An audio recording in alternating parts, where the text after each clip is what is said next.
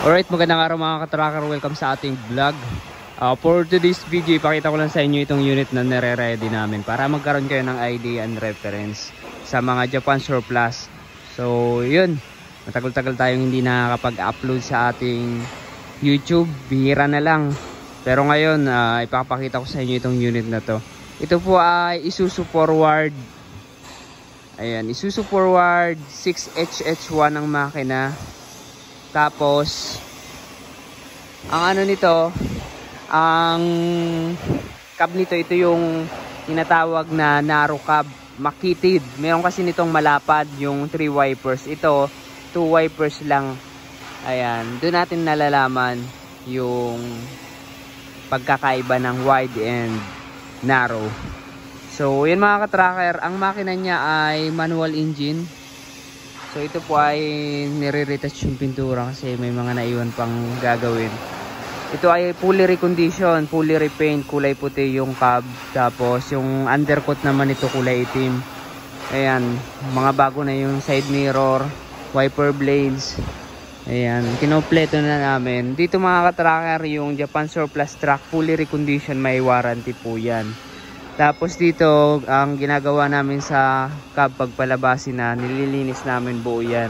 Pati loob. Dito nga may naglilinis dito sa loob. Meron po yung back bed. Ayan. Sa kasalukuyan, nililinis po ng ating detailer. Ayan, kabilaan yung hagdan. So, ito po pala ay merong boom crane. Ang boom crane niya ay 3 tonners. 3 section po yung boom natin, mechanical. Ayan. So yan mga ka-tracker, ayan yung outrigger nya. Ayan, may mga dyaryo pa, papatanggal namin. Kulay blue yung pintura. Ang crane na to ay Tadano boom crane. Tapos drop side body na aluminum. Ayan, pinalitan, ginawang aluminum. Bali mga ka-tracker, para ito yung fabricated namin, pinabricate na tong body na to simula soleras, BB chassis, soleras, flooring, sidings, bakal na po yung flooring nya, soleras, tapos sidings nya lang aluminum, and para magaan. Ayan, wala pa nga ang ating mudguard. So meron din siyang running guard, 2 layers tubular, tapos meron pang side spring para suporta. Tapos may mga i-retouch kami kasi yung ano natin, yung sidings natin, may mga dent. So 6-wheeler 4x2. Ang mga gulong nito tubeless Bridgestone 225 by 90R 17.5. Brand new battery. Tapos nilagyan namin ng mga clearance light na LED. Tapos may body signal light din. Meron tong air condition, pinakabitan.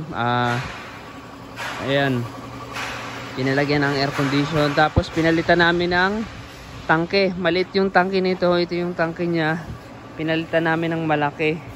Tapos meron pala tong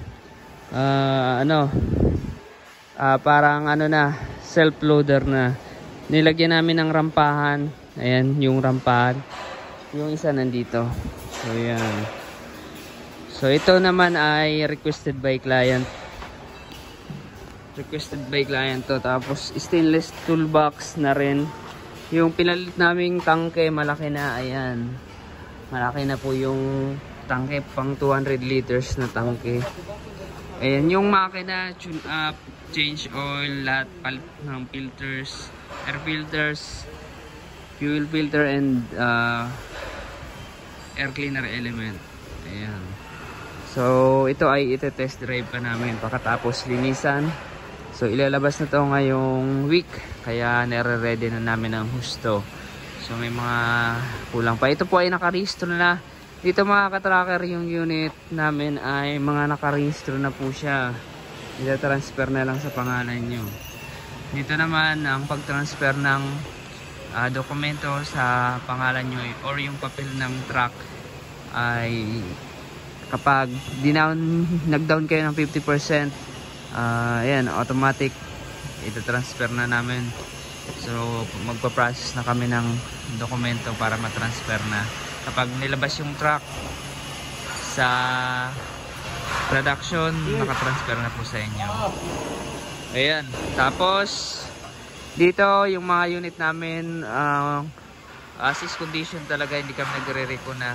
Bira lang kami mag-recon kapag magde-display lang kami nagre-recon ng unit. Kasi gusto ng mga client namin talaga makita nila yung original na status ng truck from Japan.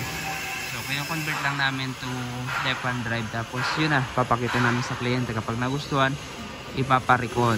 Depende sa specs na gusto ng client. Tulad nito, yun yung gusto ng specs ng customer. So ito yung final output natin.